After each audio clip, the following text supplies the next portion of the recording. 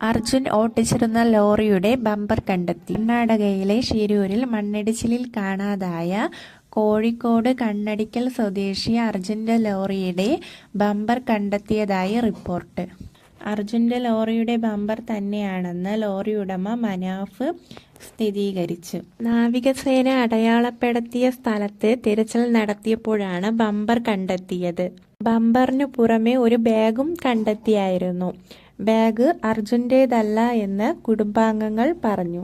നമ്മുടെ ലോറിയുടെ ബമ്പർ തന്നെയാണ്, പുറകുവശത്തെ ബമ്പറാണ്. ആദ്യം മുതൽ തന്നെ അവിടെ തിരയാൻ പറഞ്ഞിരുന്നു. തിരയുന്നില്ലെങ്കിൽ നമുക്ക് എന്ത് ചെയ്യാൻ കഴിയും? കണ്ടെത്തിയ ഭാഗം തിരിച്ചറിയാനായിട്ട് അധികൃതർ മനാഫിനെ വിളിച്ചിട്ടുണ്ടായി. ആഗസ്റ്റ് 17-നാണ് മണ്ണ് മാറ്റാൻ കഴിയാത്തതിനാൽ അർജുനായുള്ള തിരച്ചിൽ അവസാനിപ്പിച്ചത്. പിന്നീട് ദിവസങ്ങളോളം അനിശ്ചിതാവസ്ഥയിലായിരുന്നു. ട്രെച്ചർ കൊണ്ടുവരുമെന്ന് പറഞ്ഞിരുന്നുവെങ്കിലും ട്രെച്ചറിന് 1 കോടി രൂപ പണം ചെലവാകുന്നതിനാൽ ആ പണം ആര് ചെലവാക്കുമെന്ന പ്രശ്നത്തിലായിരുന്നു. പിന്നീട് കുടുംബം കർണാടക സർക്കാർ സീതാരാമയ്യയെ കണ്ടതോടെയാണ് അർജുനായുള്ള തിരച്ചിൽ പുനരാരംഭിച്ചത്. ട്രെച്ചറിന്റെ വാടക 1 കോടി രൂപ കർണാടക സർക്കാർ സഹിക്കുമെന്ന് അർജുന്റെ കുടുംബത്തിന് വാക്കു നൽകി.